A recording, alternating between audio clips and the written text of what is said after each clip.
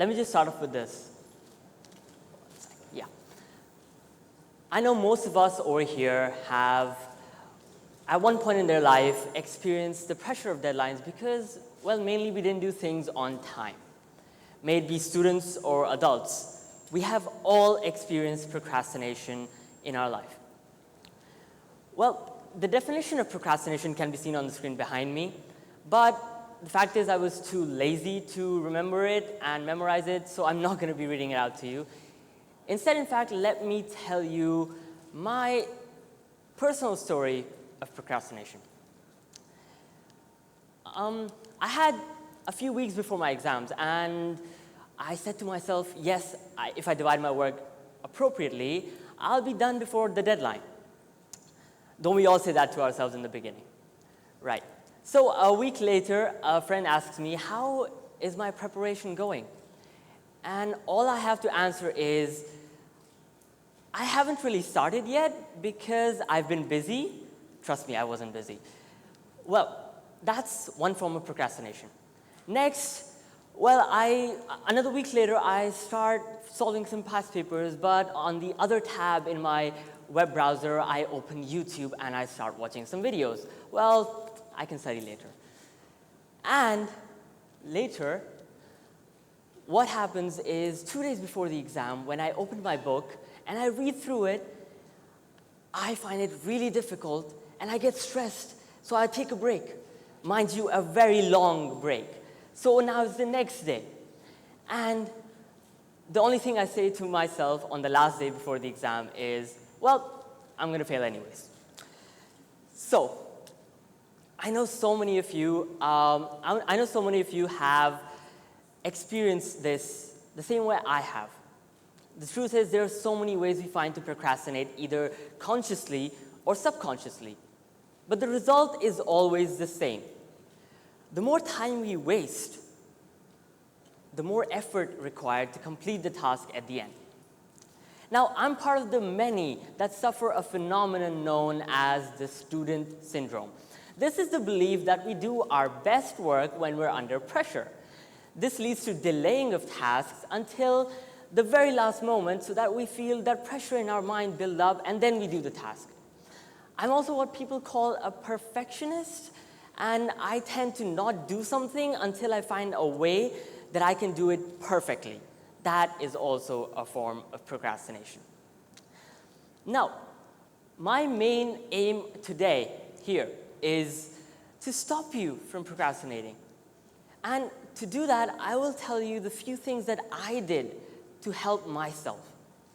First of all, I know that so many of you sit on your couch or on your bed and then study.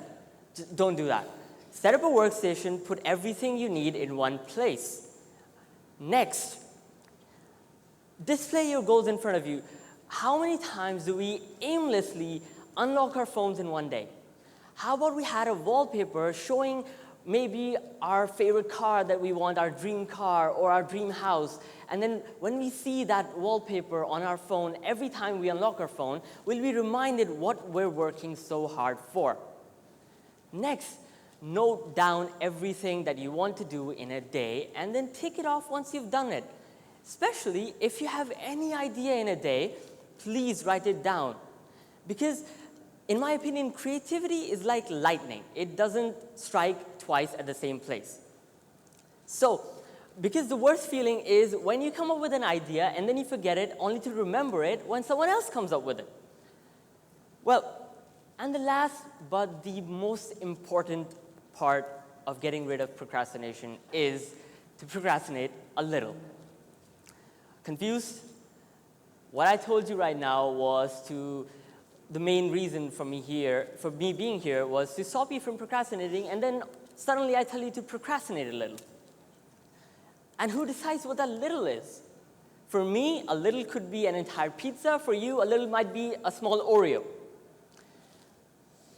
The truth is that the limit that you can procrastinate, the amount you can procrastinate, is decided by your own ability and by the deadline of the task you're doing.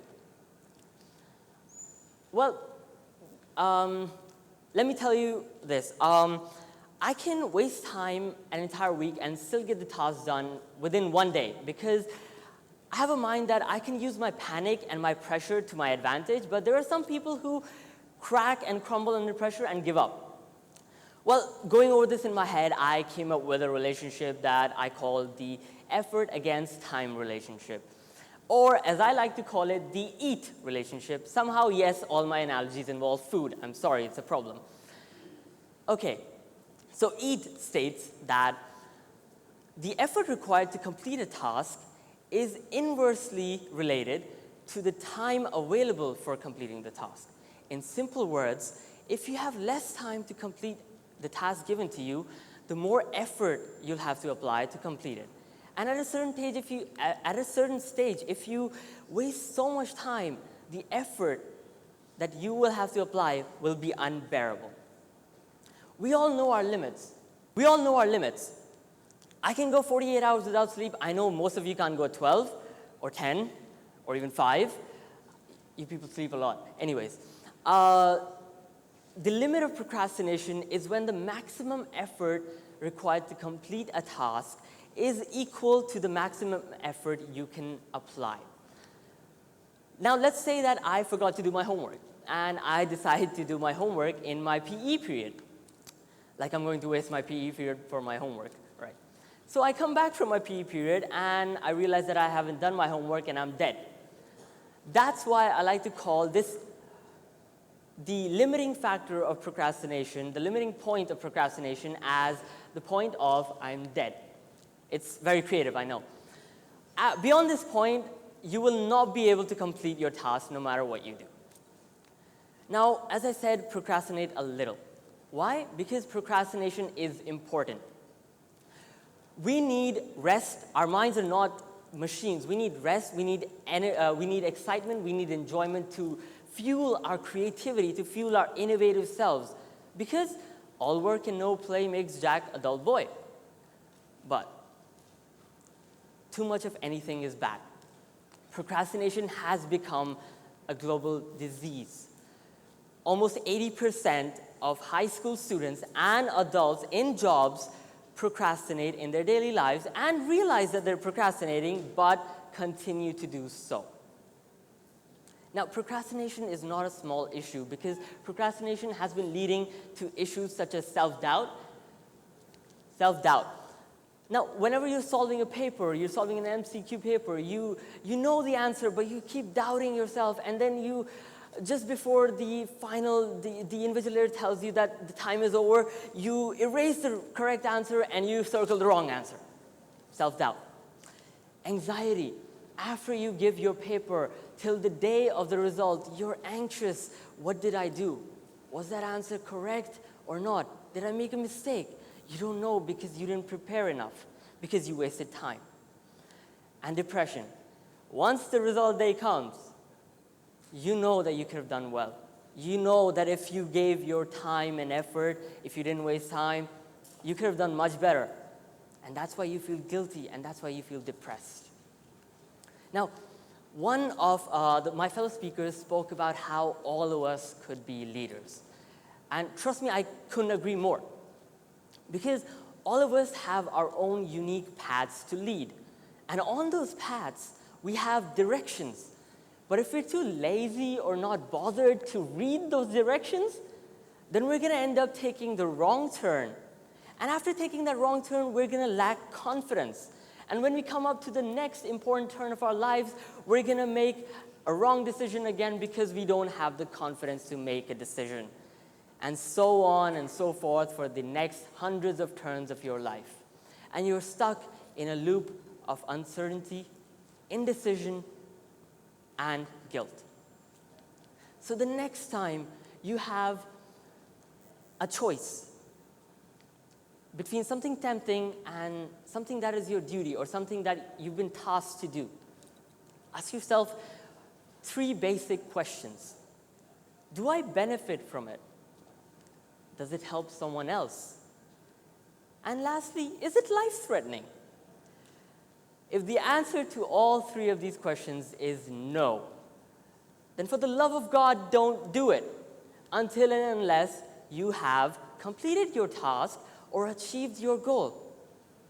Procrastination is a global issue. It's not letting us reach our full potential, and if we don't reach our full potential, we don't improve. And if we don't improve, our entire society, rather than advancing, comes backward rather than going forward.